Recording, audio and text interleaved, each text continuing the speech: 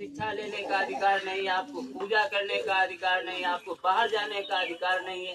ये तो सारी महिलाओं के प्रति था। ये तो कहे बाबा साहब भीमराव अम्बेडकर को धन्यवाद महिलाओं को देना चाहिए, जिन्होंने राइट दिए, आपको शिक्षा का अधिकार दिया, आपको धन और संपत्ति में अधिकार दिया।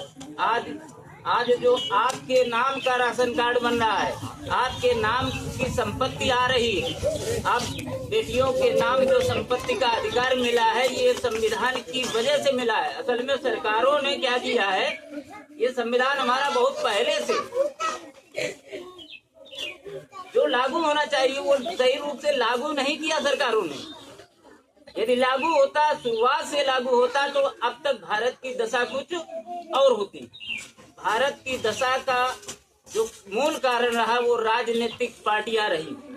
वो अपने फायदे के लिए बहुत सी चीजों को, बहुत से बिल जो उनके फायदे के होते हैं वो तो पास करते, और जो समाज के लिए, जो समाज के हितकर हैं, उन्हें वो दबाए रखते हैं, उन्हें जनता तक वो चीजें पहुंचाते नहीं। तो सरकारें आती रही, हम लोग प्रलोभन में, हम लोग जुमलेबाजी में फंसते रहे।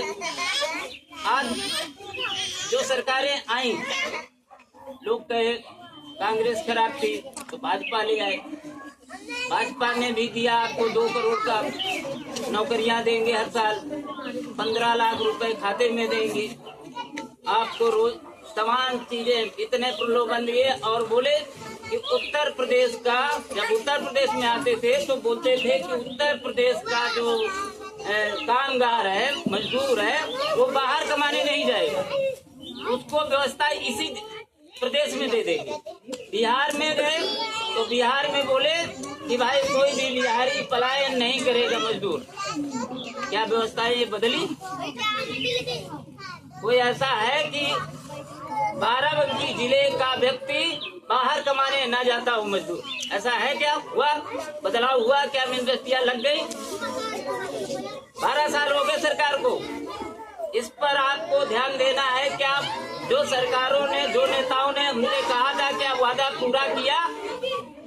क्या शिक्षा के का आपका वादा पूरा हुआ? क्या रोजगार लोगों को मिले? यदि बेरोजगारी बढ़ रही है तो किसकी बदौलत? उसका जिम्मेदार कौन है? उसका जिम्मेदार सिर्फ जो शासन सत्ता में बैठा हो, चाहे वो प्रदेश की सत्ता चला रहा हो, चाहे वो फिर सेंटर और केंद्र की सत्ता चला रहा हो। जिम्मेदार होता है जब डॉलर की कीमत बढ़े और रुपए की कीमत घटे, तो उसकी जिम्मेदारी भी सरकार की होती है। और शिक्षा यदि गर्त में जा रही तो उसकी भी जिम्मेदारी कौन लेगा? तो सरकार चला रहा है। ये सवाल आपको असल में करने चाहिए, लेकिन आप नहीं करते हैं, इसलिए आपको ठगा जाता है और बार बार आपको फंसाया जाता है, प्रलोभन दिए जाते हैं।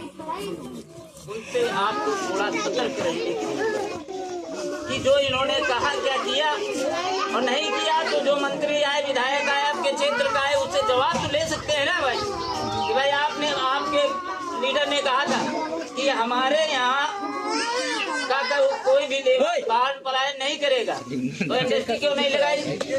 शिक्षा की व्यवस्था ठीक होनी चाहिए। क्या प्राइमरी की शिक्षा की व्यवस्था ठीक की गई? प्राइमरी यदि में विद्यालय में बच्चे नहीं जा रहे हैं तो कारण उसका क्या है? कारण मैं बताता हूँ। ये ठीक कुछ नहीं करना चाहते।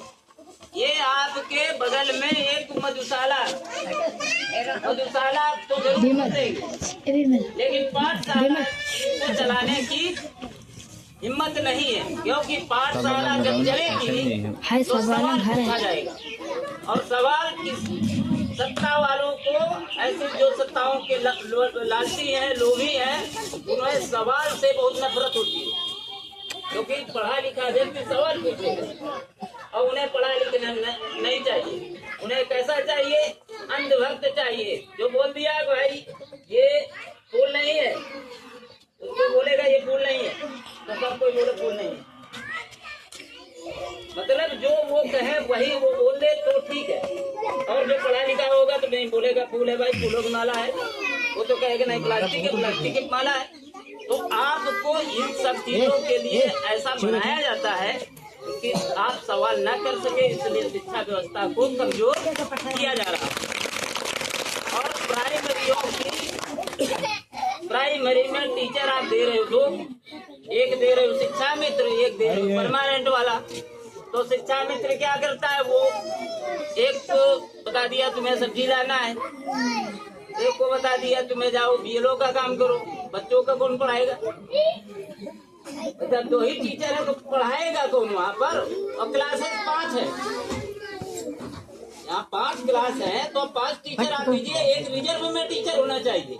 हम लोग भी प्राइमरी में पढ़े हुए हैं पहले से, तो 5 टीचर दीजिए, एक टीचर रिजर्व में दीजिए, ताकि कभी यदि दूसरा टीचर ना आए तो उसका सब्जेक्ट वो पढ़ा सके। आप 2 टीचर दे रहे हो, 5 क्लास चलवा रहे हो, कौन अपने बच्चों को भेजेगा भाई? व्यवस्थाएं तुम बदल नहीं रहे हो। पुराने जमाने की 1950 वाली व्यवस्था आगे बढ़ते रहो। अंग्रेजी माध्यम के विद्यालय कर दो, वेल क्वालिफाइड टीचर लिए जा रहे हैं। इनको आप अयोग्य नहीं को कह सकते हैं कि इनकी योग्यता कमजोर है। ये तो वेल क्वालिफाइड है ना, बीएड भी है, सीटेट भी है, टेट भी है, पूरी परीक्षाओं का क्वालिफाई करवा के आप ले रहे हो उसको, और उससे काम क्या ले रहे हो? जो काम नहीं उसे करना चाहिए वो काम करवा रहे हो। भाई एजुकेशन के नाम पर उसे शिक्षा के लिए रखो। ये काम करने के लिए तो गांव में